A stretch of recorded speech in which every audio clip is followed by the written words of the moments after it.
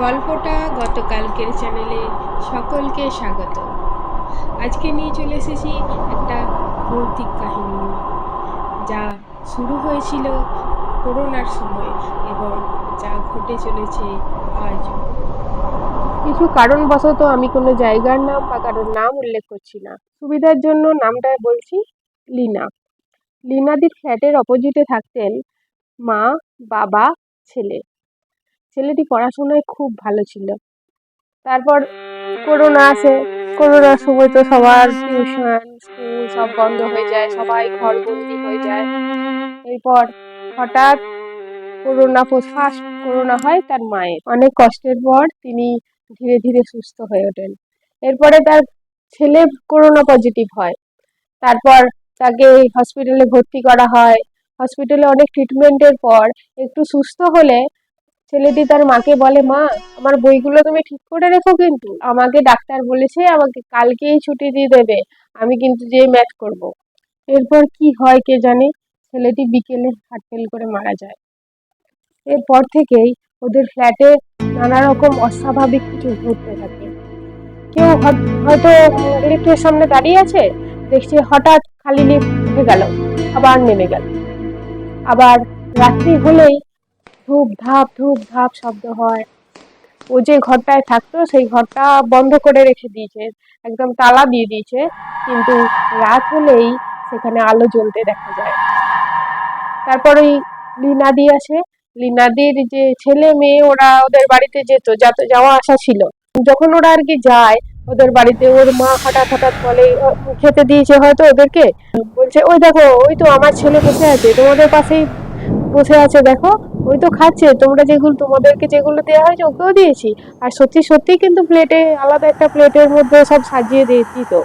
ওরা ভয় পেয়ে যায়, ওরা বাড়িতে যেয়ে বলে যে, মা দেখো আন্টি এরকম বলছে। তখন ওর মা নিষেধ করে দেয় যে আর যাওয়ার দরকার নেই।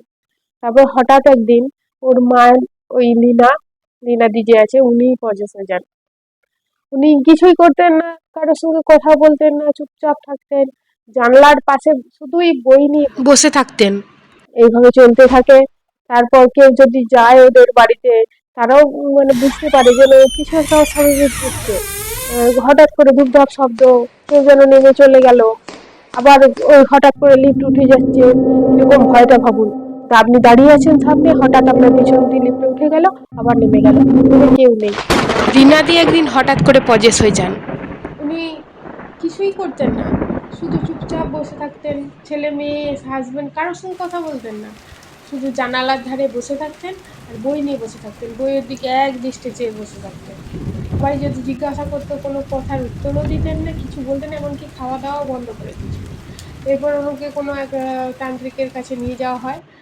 তো সেখানে যে গেলে কোনো কিছু অস্বাভাবিক কিছু শরীরের মধ্যে থাকলে যেমন সবাই চেঁচামেচি চিৎকার করে, যাব না, এসব কিছুই না। হঠাৎ করে ওকে নিয়ে যাওয়া হয়, ও যায় এবং সেখানে বসেও থাকে, কিছু করে না। তারপর বাড়িতে এসে ঘুমিয়ে যায়। তারপর আবার উনি স্বাভাবিক হয়ে যায়। তারপর ওরা ভাবে যে এইখানে তো এই ছেলে মেয়ে নিয়ে, বাচ্চাদেরকে নিয়ে থাকাটা সম্ভব নয়।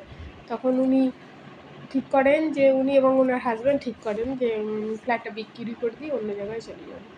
তো ওনারা যেটা ভাবেন সেটাই করেন। ফ্ল্যাটের যে সিকিউরিটি আছে তাদের কাছ থেকে কিন্তু শোনা যায় যে এখনও রাত্রে ওই যে ঘরটায় ছেলেটা পড়াশোনা করতো, ওই ঘরে এখনও রাত্রে লাইট জ্বলে, এখনও লিফট ওঠানামা করে। তো এইভাবে এখনও চলছে। তো শোনা যায় তার মা নাকি এখনও ছেলেকে দেখতে পায়, তার সাথে কথা বলে, তাকে খেতে দেয়। এখনও এইভাবেই চলছে। এখন আমরা সবাই ওর আত্মার শান্তি কামনা করি, ওর আত্মা খুব শান্তি পাক। ঠিক আছে, আজকে এখানেই শেষ করলাম। আপনাদের যদি গল্প ভালো লেগে থাকে, যদি আপনাদের ভালোবাসা পাই, তাহলে আবার সত্যি কোনো ভূতের গল্প নিয়ে আসবো। নমস্কার, সবাই খুব ভালো থাকবেন।